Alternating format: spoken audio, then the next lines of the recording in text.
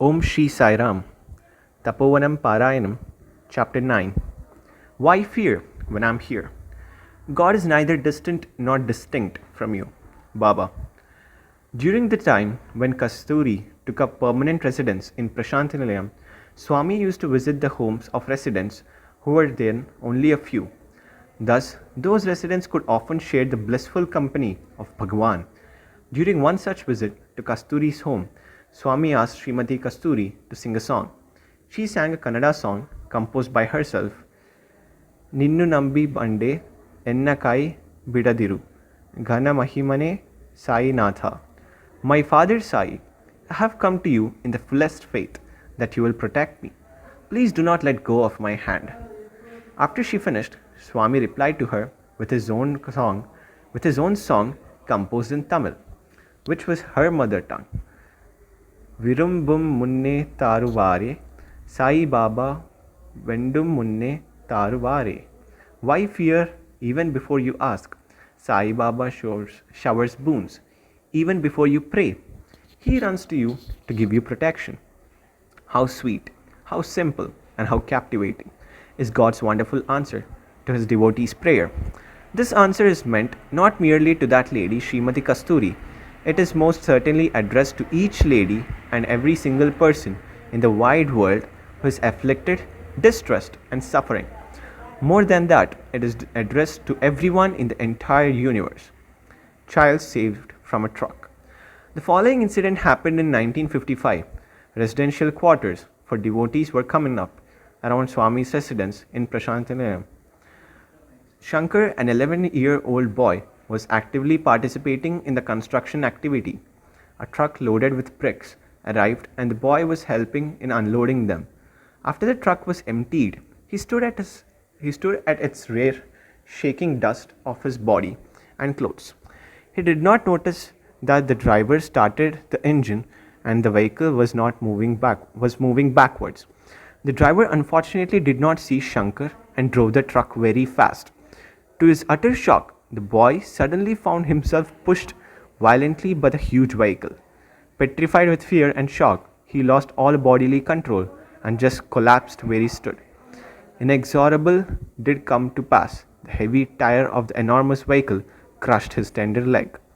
The only thing Shankar could do in that awful moment before he became unconscious was to give a loud cry. Swami! People nearby ran to his rescue, pulled him aside, and wrapped a towel around his crushed limb. Totally confused, they did not know what to do next. They could only raise their heads and look towards Swami's residence. To their surprise, they saw Swami standing in the balcony and looking directly in their direction. Before they opened their mouths to tell him what had happened, Swami told them to take the boy to the hospital adjoining his residence. They did as directed. Afterwards, Shankar's brother ran to Swami. He loudly wailed, Swami, my younger brother has lost his leg. Swami consoled him. Do not worry. Nothing has happened to his leg. As he uttered the sweet words, he pulled back the sleeve of his shirt and showed his open palm. On the palm could be distinctly seen the marks of the truck's heavy tire. Swami told the distressed young man that he had inserted his own palm between the truck's tire and the little boy's leg, so that the huge weight of the tire of the truck would not bear heavily upon the leg. When doctors found out that not a single bone of Shankar's leg was damaged, they were astonished and also very much relieved. Due to Swami's divine will and immense mercy, the boy recovered soon. A similar incident happened in 1999. In January 1999, the sports day was being celebrated in the Hillview Stadium in Prashantinilayam. Despite Swami's suggestion not to be adventurous, students were displaying adventurous gymnastic skills. It was now the turn of an acrobatic event in gymnastics, in which students were participating in a somersault on a truck. Nobody noticed that the nuts and bolts of the iron bars arranged for the event got loosened. Children had completed their event successfully and there was a huge applause. But at the end, Swami did not join the students to pose for a photograph, which he normally does. Instead, he went back to the Purnachandra hall where he resides. He showed his body to Indulal Shah and to some of the students there. There was blood all over. Swami was bleeding profusely. Everyone was astonished and worried. I lied below the truck and saved that students. Now I have to wash the blood. The kids were requesting me to join them and pose for the photograph. Poor kids, they do not know, Swami said. Swami said, his usual calm and Swami said in his usual calm and compassionate voice, God is closer than husband. Kumar was a student in Satya Sai College in Puttaparthi. Swami allotted his parents ground floor accommodation in the eastern block close to his own residence. At the evening prayer one day, Kumar sang a bhajan, Sai Pita or Mata Sai. Sai is father and Sai is the mother. As Swami sat on his throne quite close by and nodded his head in tune with the song, Swami's eyes were swimming with kindness and compassion. No sooner had the first stanza of the song ended than Swami abruptly got up and hurried out. The boy felt that his singing was not probably to Swami's liking. Swami walked into the residence of Kumar's parents. Devotees who watched the scene were surprised. In recent times, no one had seen Swami thus leave his residence and proceed beyond its precincts. In the Kumar's residence, his mother had a heart attack and was struggling for life. Baba hastened into the house, gave her a glass of water, and materialized vibhuti for her. After a few words of solace and encouragement to the lady, he returned to the bhajan hall and resumed his throne. Just then, Kumar's bhajan song was coming to a close. When it was over, Swami spoke to Kumar. Do you know why I hurried out? Your mother was on the verge of dying, and I went to save her. Here you are singing, you are the father, you are the mother. How could I sit here enjoying your song when your mother was in agony there? I had to reach her urgently and save her. The lady's husband was all the time present in the bhajan hall among the devotees. His son too was there singing.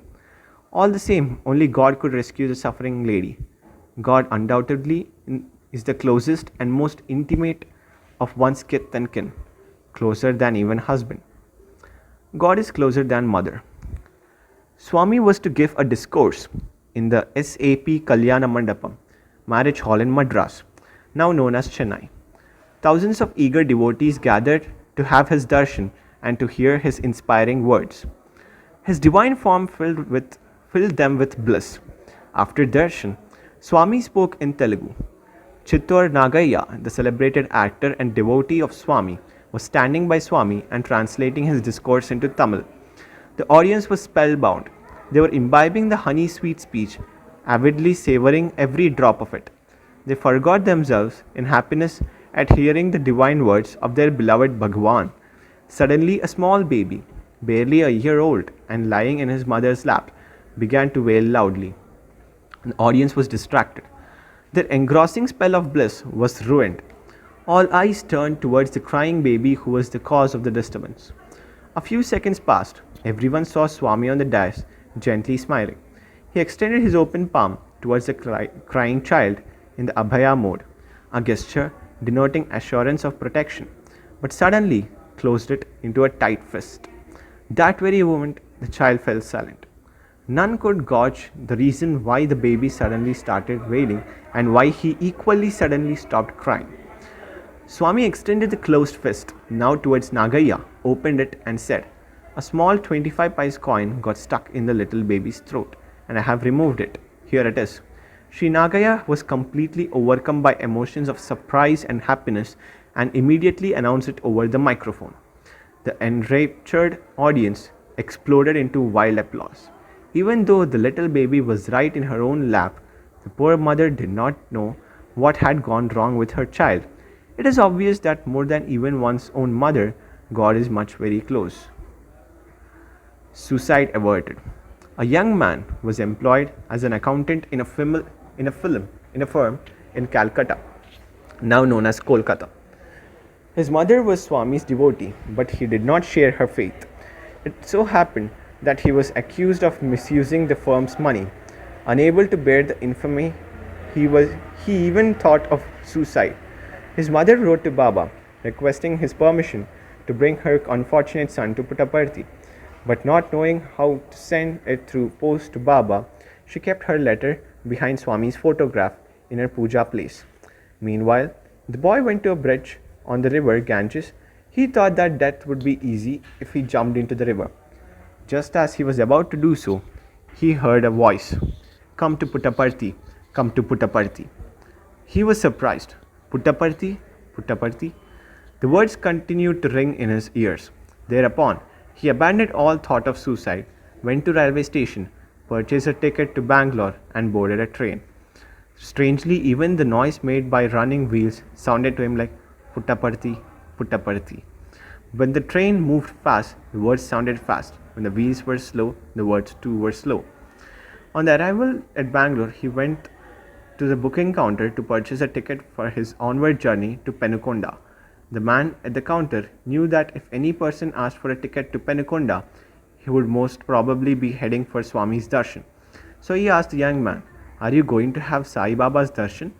When he answered in the affirmative, he was informed that Baba was presently right there in Brindavan in Whitefield in Bangalore. The young man stood there somewhat hesitatingly, but the words Puttaparthi, Puttaparthi once again began ringing in his ears. So he yielded to that call and asked for a ticket to Penukonda. In those days, to reach Puttaparthi from Penukonda, one had to cover several miles on foot. Even as the young man proceeded on the arduous way on foot, the words Puttaparthi, Puttaparthi never ceased to ring in his ears. He finally reached Puttaparthi at 8 p.m. and discovered that just an hour earlier, that is 7 p.m., Baba had arrived at Puttaparthi. At that time, summer training classes were about to commence at Brindavan in Bangalore. In spite of that, no one knew why Baba had suddenly returned to Puttaparthi. When devotees inquired on this point, Baba explained, "Students who would be arriving at Brindavan for summer classes have to be fed. I have come here to collect rice and take it to Brindavan." Next morning, during the public audience, Swami came close to the young man and addressed him. "Hey, Calcutta, come in." In the interview room, Baba referred to the accusation against him in his office and told him not to get upset about it. He encouraged him and dissuaded him from putting an end to his life. He also told him to stay in Puttaparthi for 9 days before returning to Calcutta. In due course, the man went back to his job. He was thus saved by Baba in response to his mother's prayer, which she could not even send to him by post. His boundless compassion. Bhagwan Shri Satya Sai was once travelling by car from Bangalore to Puttaparthi. One of his students was driving the vehicle.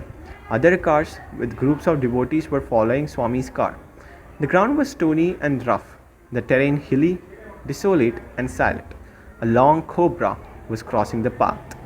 The student driver of Baba's car noticed it from a distance. He could not, however, make up his mind whether to stop the car, to save the cobra, or to run over it. He looked back in the rear seat of the car and found Swami in Yoga Mudra, deep contemplation. He thought Swami is fast asleep. If the car were to be suddenly brought to a halt, his sleep would be disturbed. Therefore, he sped forward and ran over the cobra.